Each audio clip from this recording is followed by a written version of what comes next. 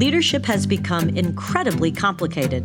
Workplaces are being disrupted in ways we never could have imagined. So what's the biggest challenge to leadership? I'm Michelle Johnston, management professor, executive coach, and leadership expert. And I believe the biggest challenge for today's leader is connection. Why? Because research shows that connection drives results. That's why I've written the book, The Seismic Shift in Leadership, and why we are putting together this podcast series. Through interviews with some of today's top business leaders, we are going to explore how leaders' ability to connect with themselves, their teams, and their organizations defines their ultimate success or failure. Now, on to today's episode.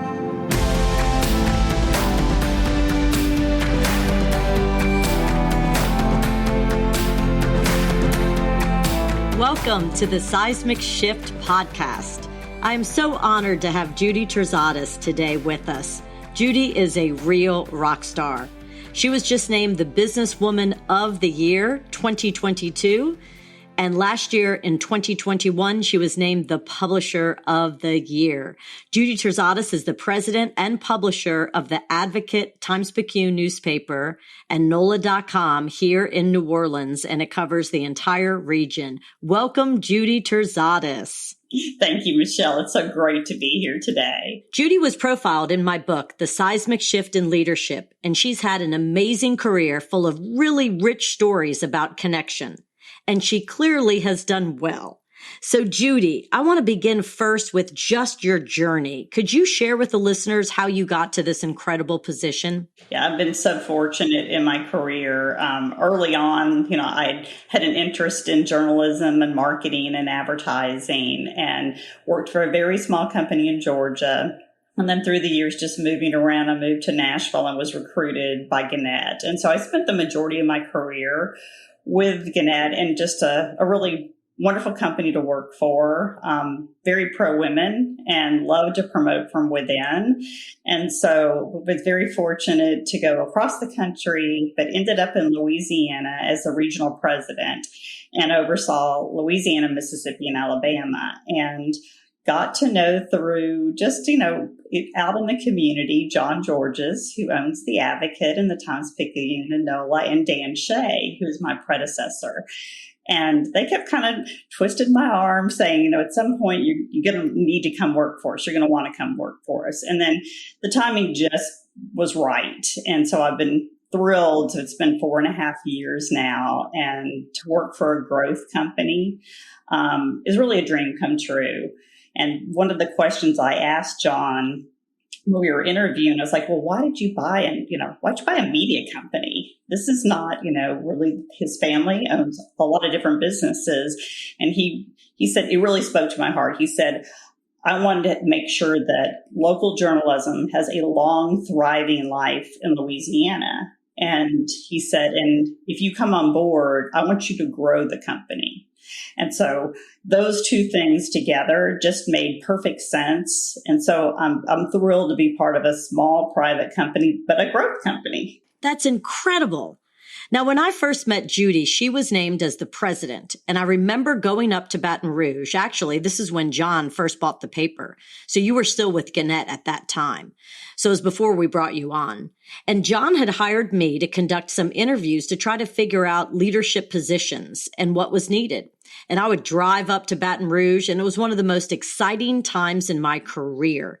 Because at that time, the Times-Picayune, our newspaper in New Orleans, had just gone down to 3 days a week, and New Orleanians were in an uproar. They were so upset because we were one of the first larger cities that had gone digital and had reduced their paper to 3 days a week. And it did not settle well. So John Georges bought the Advocate newspaper up in Baton Rouge from the Manship family with the purpose of bringing a newspaper 7 days a week back to New Orleans. And so John was a big hero, and he brought a lot of the former Times-Picayune leaders in to run it. It was just a really exciting exciting time to be a part of that journey. And they were so smart. One of John George's strengths, and he's also profiled in my book, is he knows how to identify good talent. And that's when he brought Judi Terzotis in to take over.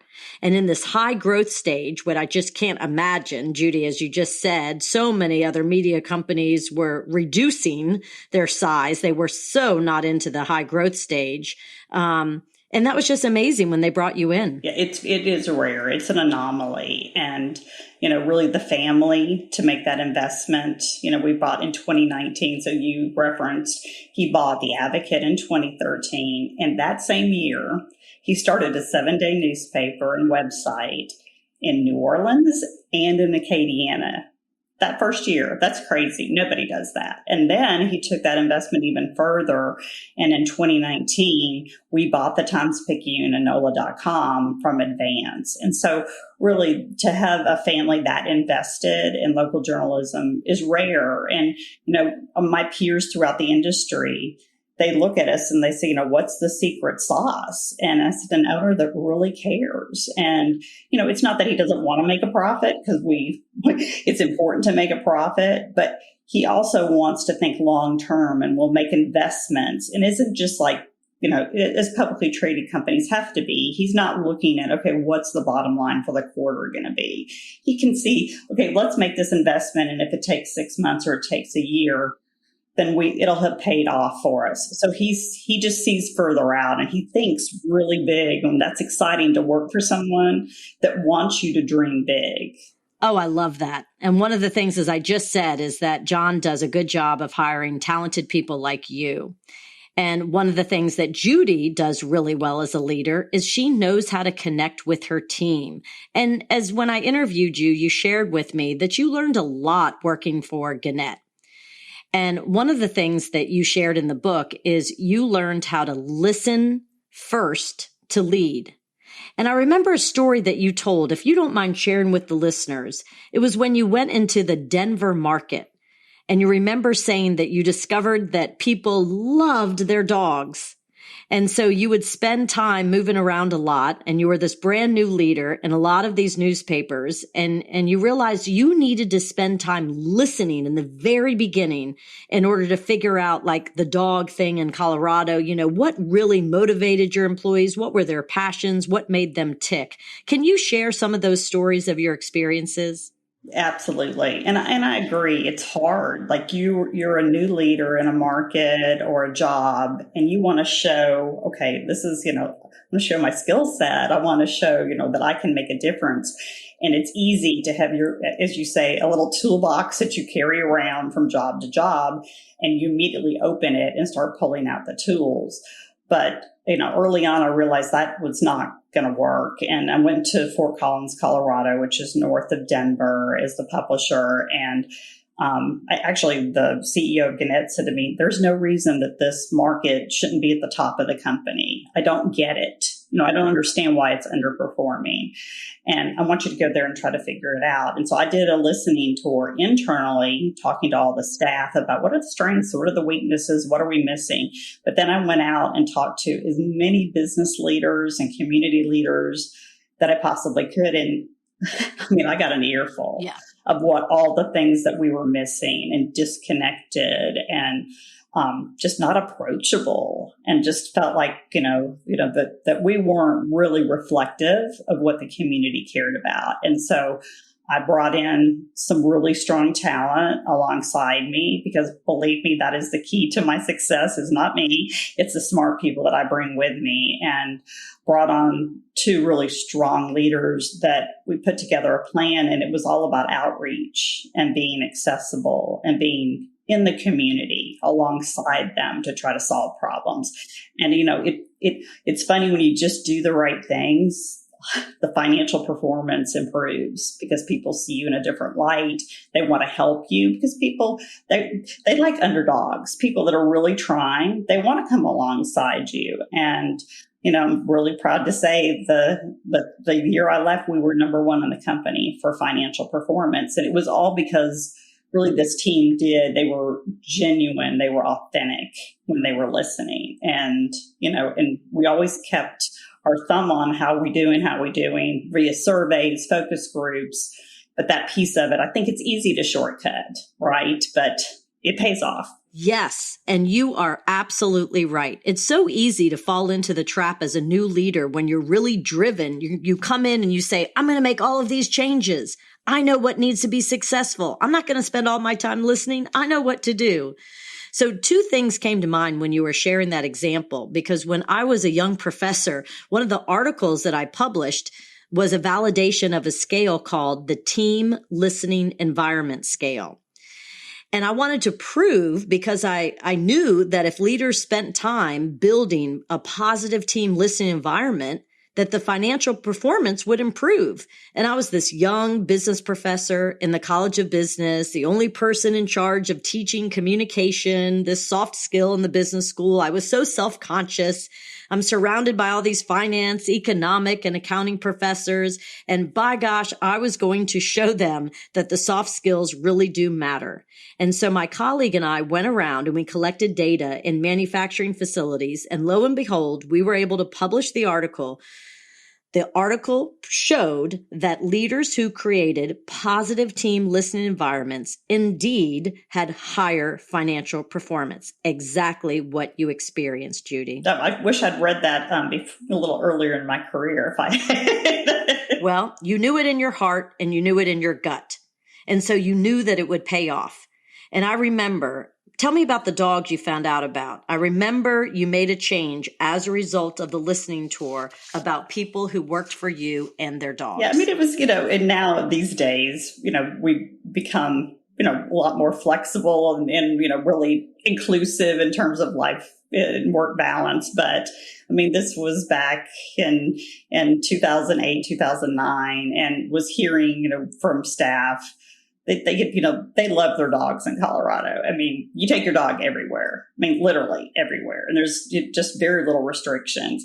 And I heard from staff, they would love to bring their dogs from time to time. So we did Fido Friday and, set up all of the, if anybody was allergic or, or was afraid of, we've set up, make sure that all of the staff was taken care of. But that just little thing of having pets in the office once a week. Yeah. The morale just soared, and it just, it also opened up the caring, like, okay, we're really actually caring for what makes you tick. And it was a springboard to a number of things. It's funny. I had said to John when I first came, I'm like, I like my dog. I have a lab. I have a silver lab. And I said, I'm going to bring my dog from time to time to the office. He's like, I don't care. Because he's like, whatever makes people happy. And so we've tried a number of things here in Louisiana as well. But I think it's that listening. You uncover things that you're like, oh, that's easy. We can do that. Excellent. Thank you. And so could you share what are some of the strategies? And this is why I just want to thank you again for taking time out of your busy schedule, Judi. My goal is to help leaders from around the world figure out strategies to meaningfully connect with their people. So what are some of the strategies that you're using right now in Louisiana to show people that you care and you're listening to them? Yeah, you and I have talked a little bit about COVID and when we all went remote and trying to stay connected. And although the majority of our staff are back in our offices most of the days of the week, there's still some hybrid, work going on. And early on, I mean, we deployed a number of things when we were remote, from virtual happy hours, to hiring a musician from New Orleans, actually a Grammy Award winning, that played just music for us for an hour, to a lot of trivia contests. I mean, we just tried to do some fun things to keep people engaged. And then as we're coming back to, it's putting in, the tailgates and the opportunity for, people just to hang out together. But more and more, it's the one-on-one. And I do an Ask Me Anything and try to limit it to about 8 people, but I'll do as many, back to back as people want to sign up for work. People just want to be heard. So it's that we've taken our newsletter that's every week, and we've added some more personal touches, like send us pictures of your garden, send us pictures of your grandchildren. What are some of the hobbies that you have? And so that's been fun, because as the company's grown, we have about 387 employees now. And so there's across 3 markets. So it's easy to kind of know someone's name, but not know much about them. So we're trying to take some of those tactics. We just launched our 3rd annual employee survey. And that's one that it has questions about just how inclusive and what our culture is like, but also the thing that I learned the most is just open-ended, that they can just tell us what's on their mind. Good. And from there, we'll put together some work teams, some cross-departmental work teams to address, some of those issues. After George Floyd sad passing, we really doubled down on diversity and inclusion and have a great committee that works on culture, talent development, retention. And that team alone, the work that they're doing is really propelling us. So some of it is just really, it's the, addressing things head on and listening a lot. I love that. Yes, I was out in San Diego recently at a fireside chat with Qualcomm, and Don McGuire is the chief marketing officer. And so he bought my book for everybody, and we're up there on stage opening it up to questions and answers. And their motto at Qualcomm is connectivity. So at the very end, one of the leaders raised his hand and he said, well, Don, we do an employee engagement survey, so I know if my employees are engaged at the end of the year. That helps me, but we don't have an assessment for connection. How will I know if I'm truly connecting with my people? And at that moment, I realized, Judi, oh, wow, I need to develop an assessment on connection. We need to have a mini survey that people and leaders can use so that they know whether that their people feel seen, heard, valued, and appreciated. And to me, I finally have figured out that when I keep talking about connection and connection, communication and connection are very different. Communication is transactional. It's more about information, transacting information, point A to point B. Connection to me is what you keep talking about, is do your people feel seen? Do they feel heard? Do they feel cared about? I love the idea of sending pictures of your dog and your garden. And here's another thing that I keep advocating. I'm telling my leaders who I coach right now to disrupt, because if not now, then when? This is the time to rethink everything, like your meeting rhythms, right? People they need to be seen and heard right now. I had Juan Martin, the global president of Kind Bars, on this podcast a couple weeks ago. And I asked him, so what are you doing to connect post-pandemic? And he said, he lifted up his espresso cup and he said, Michelle, I'm a European at heart. I love espresso. So my people know that every time I have a one-on-one on Zoom with them or in person, for the first, say, 8 minutes or so, we're just having coffee together and we're connecting personally. We're talking about family. And they know that. And I said, okay, that's great. But now what are you doing back in the office? Have you changed any configurations? And he said, my people keep telling me that they really prioritize flexibility. They want to work at home Mondays and Fridays. And I said, great. But when they're in the office, we're collaborating. So on the Tuesdays, Wednesdays, and Thursdays, when they come into the office, I don't want them in front of their computers, right? I don't even have an office door anymore. We reconfigured our entire corporate space. And so my question is, what are some of the changes that you've made coming out of the pandemic to connect more with your people besides the one-on-ones? Well, I love that. First of all, the last 3 places I've been, I have taken the doors off of my office. So I love hearing that other people do that, because it's amazing how people will actually come in and have just a check in with you. So that's cool to hear that they do that as well. We took our annual evaluations that were quite antiquated and really not productive and have created what we call good conversation. And so each supervisor sits down with a direct report at the end of every quarter for 15 minutes and basically just talks about what's working for them, what's not working for them, how can the supervisor help them achieve their goals. And it's just a conversation. So a lot of what you just said, sit down. We encourage, if possible, to do those out of the office go grab a cup of coffee, go outside and sit on the picnic bench. Just don't try not make it a conversation. And they have gone over extremely well. And it's been really well received. And for the employees are able to, in that environment, it doesn't feel like, the old evaluations were score based. It just really put a wall up, and I just feel like the feedback is the wall is down and they feel really transparent and can really talk about what's on their mind. So that's been a really solid improvement. That makes me so happy to hear, Judi. I really struggle with all of those antiquated performance appraisals because at the end of the day, people, they really only hear and they pay attention and they remember to what you tell them that they're not doing well. Right. People want to know what they're doing well so they can continue doing it. That's right. Other than really focusing on, especially these last 2.5 years, really talking about surviving and giving yourself grace and all the things that you're able to accomplish and then having to have a score attached to it, I'm a big, big proponent of what you are doing with HR. This makes me really happy. You must have a pretty progressive HR person then. We do, it was about probably 6 months ago. We just said, let's put a small task force, including the 2 folks in our HR department, and let's go research other companies. And so they went out and researched a number of companies and really liked the quarterly conversation. And then they created their own, questions. And some work groups are a little different because of the type of work they do. Like in our production facility, it's manufacturing. So those questions are a little different than a sales rep that works for us. But yes, I was really, really pleased with, the outcome so far. And I think that piece of it, we try to, say we're an open door and that we want to really take advantage of all of our employees' gifts and talents and make sure that they feel, like you said, seen, right, heard, but also that they have that sense of ownership and contribution. Because what keeps me up at night is retention. I mean, we have the best team we've ever had.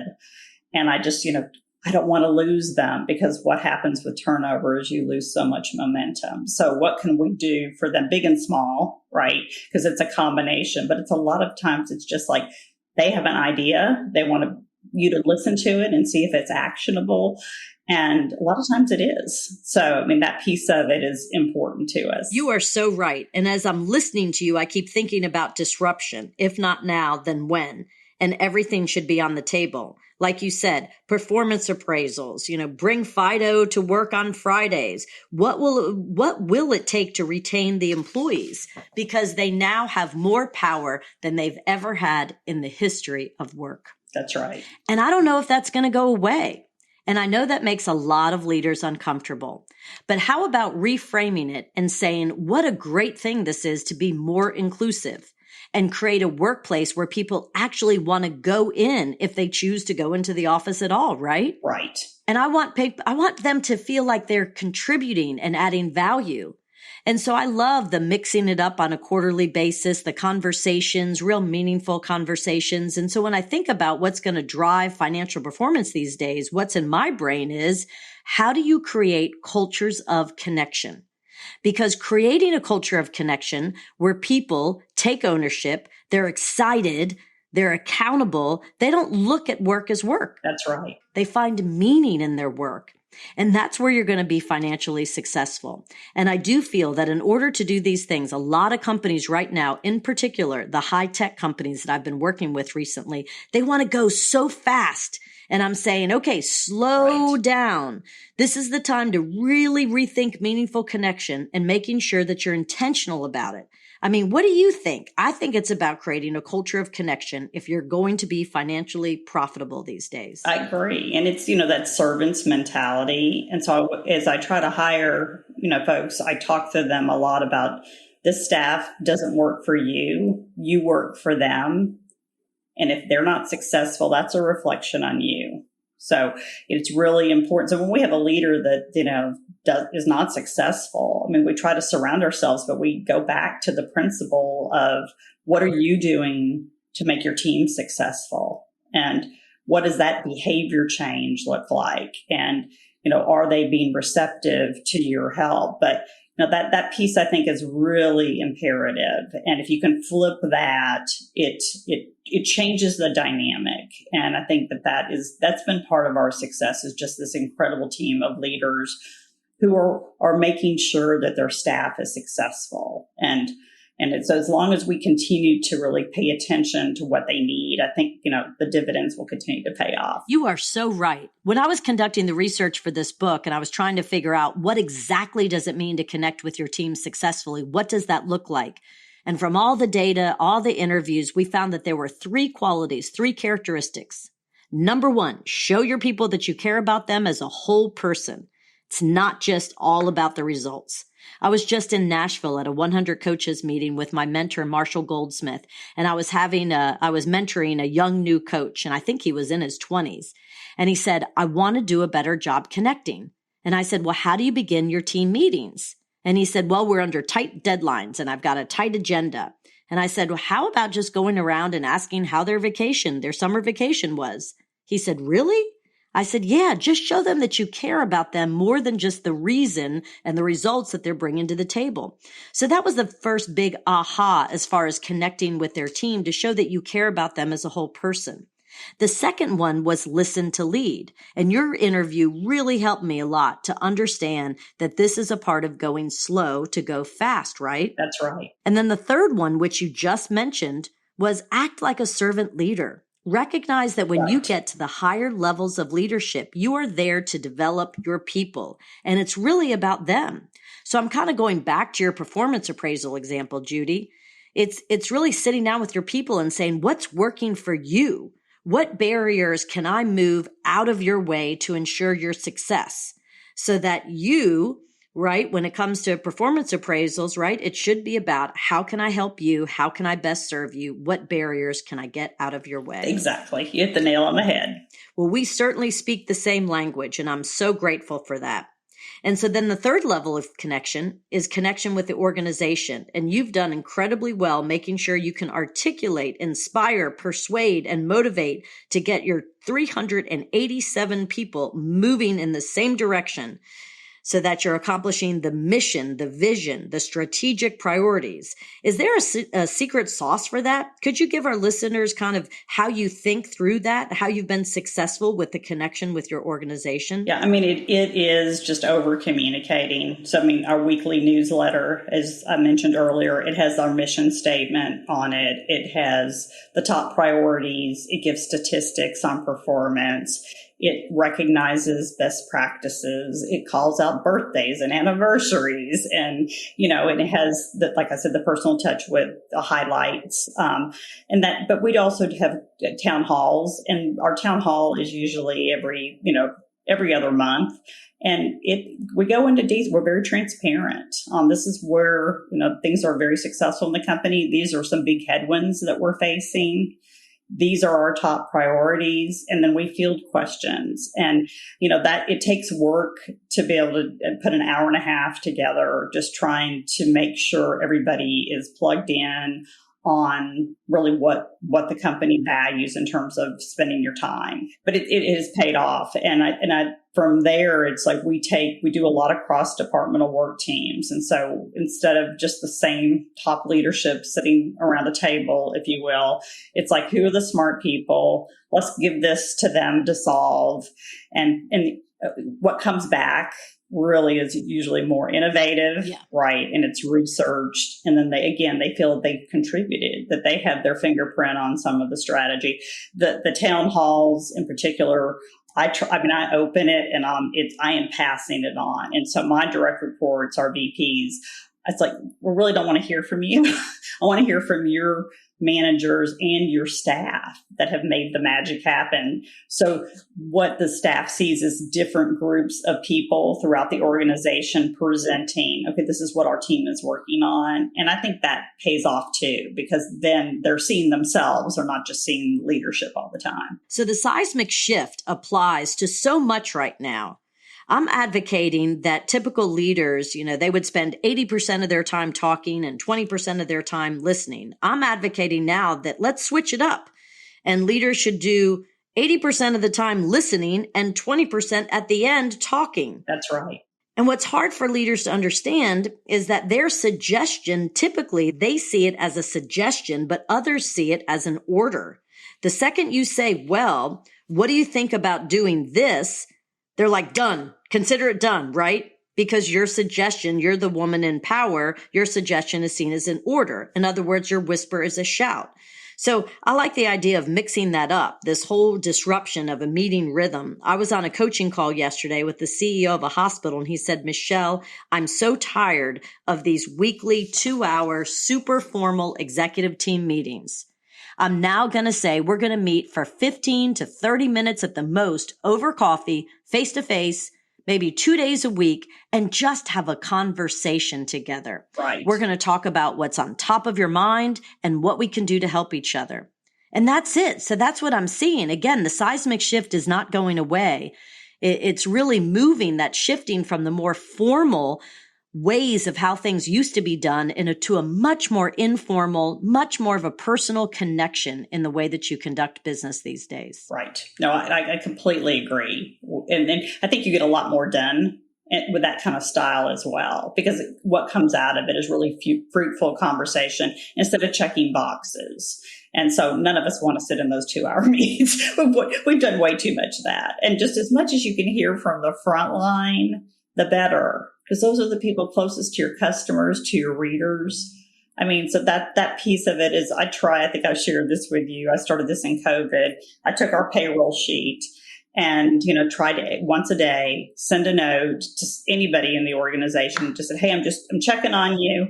I want to see how you're doing. Wondered if you had any ideas to help the company, or if you had any challenges that I could help you with. Very simple. I mean, that touch point. I mean, people were telling my VPs, I didn't even think she even knew my name. Well, that breaks my heart. Of course I know your name. You're an important part of our company, but it's taking that extra step. And through it, you can get just a wealth of information. In fact, just before we got on a call, one of the community reporters, who I don't get to see very often because she works from home and then goes to one of our satellite offices, and she sent me a note, and she's sharing some information about the community that will help us with revenue. Good. And so I was like, Darlene, it's so great to hear from you. But she felt empowered. It was easy to zip a note because that line of communication had been open. So I think if you open that door, people aren't reluctant, or they don't feel like, okay, that's weird that I'm sending Judi a note or I'm texting her. They feel like, oh, that's okay. That's a conversation. And so the more you can have those conversations, it's just good all the way around. I love that. Okay, Judi, final 2 questions. I want to know what you're excited about besides this impending arrival of your grandson or your granddaughter.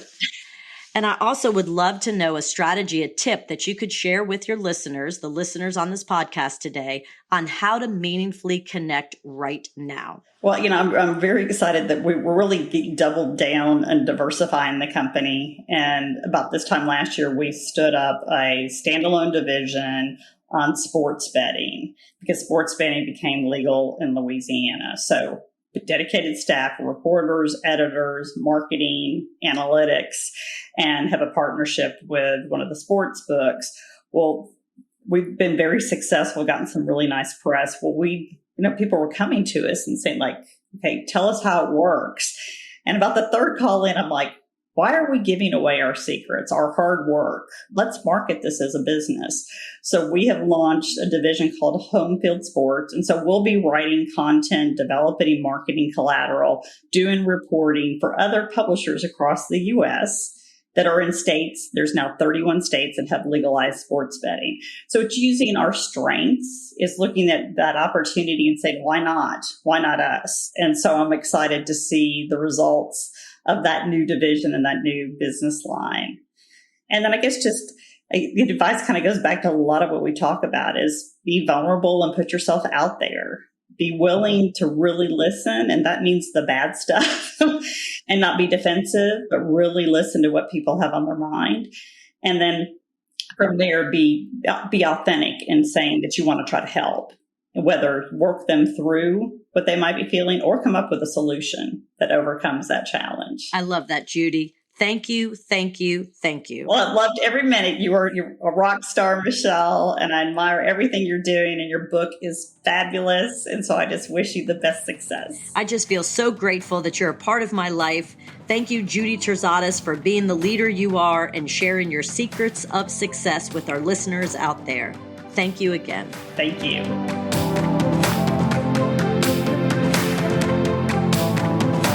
Thank you for joining us on the Seismic Shift. And before you go, can I ask one favor of you?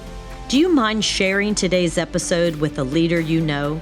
The power of this conversation is found in your using it and sharing it to create real connection in your life.